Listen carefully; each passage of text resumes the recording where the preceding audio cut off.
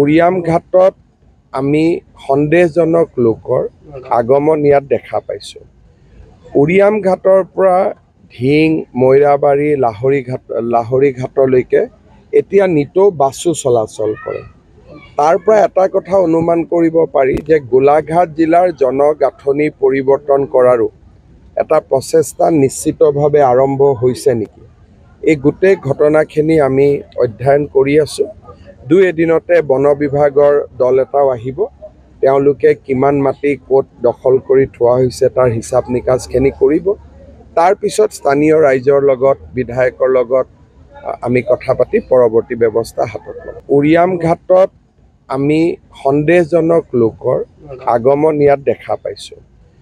উৰিয়াম ঘাটৰ পৰা ঢিং, মৈৰাবাৰী, লাহৰী ঘাটলৈকে এতিয়া নিতৌ বাছো চলাচল কৰে। তাৰ পৰা এটা কথা অনুমান কৰিব পাৰি যে গোলাঘাট জিলাৰ জনগাঁথনি পৰিৱৰ্তন কৰাৰো এটা প্ৰচেষ্টা নিশ্চিতভাৱে আৰম্ভ হৈছে নেকি।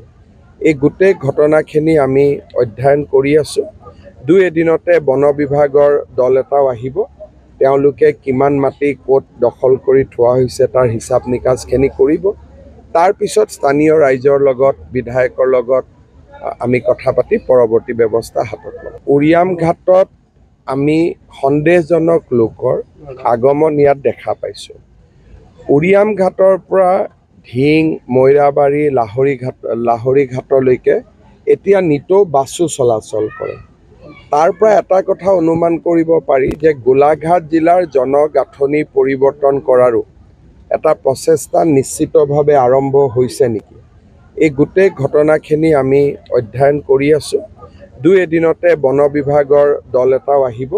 তেওঁলোকে কিমান মাটি ক'ত দখল কৰি থোৱা হৈছে তাৰ হিচাপ নিকাচখিনি কৰিব। তাৰ পিছত স্থানীয় ৰাইজৰ লগত, বিধায়কৰ লগত আমি কথা পাতি পৰৱৰ্তী ব্যৱস্থা হাতত ল'ম। উৰিয়াম ঘাটত আমি সন্দেহজনক লোকৰ আগমন ইয়াত দেখা পাইছোঁ। উৰিয়াম ঘাটৰ পৰা ঢিং, মৈৰাবাৰী, লাহৰী ঘাটলৈকে এতিয়া নিতৌ বাছো চলাচল কৰে। তাৰ পৰা এটা কথা অনুমান কৰিব পাৰি যে গোলাঘাট জিলাৰ জনগাঁথনি পৰিৱৰ্তন কৰাৰো এটা প্ৰচেষ্টা নিশ্চিতভাৱে আৰম্ভ হৈছে নেকি। এই গোটেই ঘটনাখিনি আমি অধ্যয়ন কৰি আছোঁ। দুই এদিনতে বন বিভাগৰ দল এটাও আহিব। তেওঁলোকে কিমান মাটি ক'ত দখল কৰি থোৱা হৈছে তাৰ হিচাপ নিকাচখিনি কৰিব। তাৰ পিছত স্থানীয় ৰাইজৰ লগত, বিধায়কৰ লগত আমি কথা পাতি পৰৱৰ্তী ব্যৱস্থা হাতত ল'ম। উৰিয়াম ঘাটত আমি সন্দেহজনক লোকৰ আগমন ইয়াত দেখা পাইছোঁ। উৰিয়াম ঘাটৰ পৰা ঢিং, মৈৰাবাৰী, লাহৰী ঘাটলৈকে এতিয়া নিতৌ বাছো চলাচল কৰে। তাৰ পৰা এটা কথা অনুমান কৰিব পাৰি যে গোলাঘাট জিলাৰ জনগাঁথনি পৰিৱৰ্তন কৰাৰো এটা প্ৰচেষ্টা নিশ্চিতভাৱে আৰম্ভ হৈছে নেকি। এই গোটেই ঘটনাখিনি আমি অধ্যয়ন কৰি আছোঁ।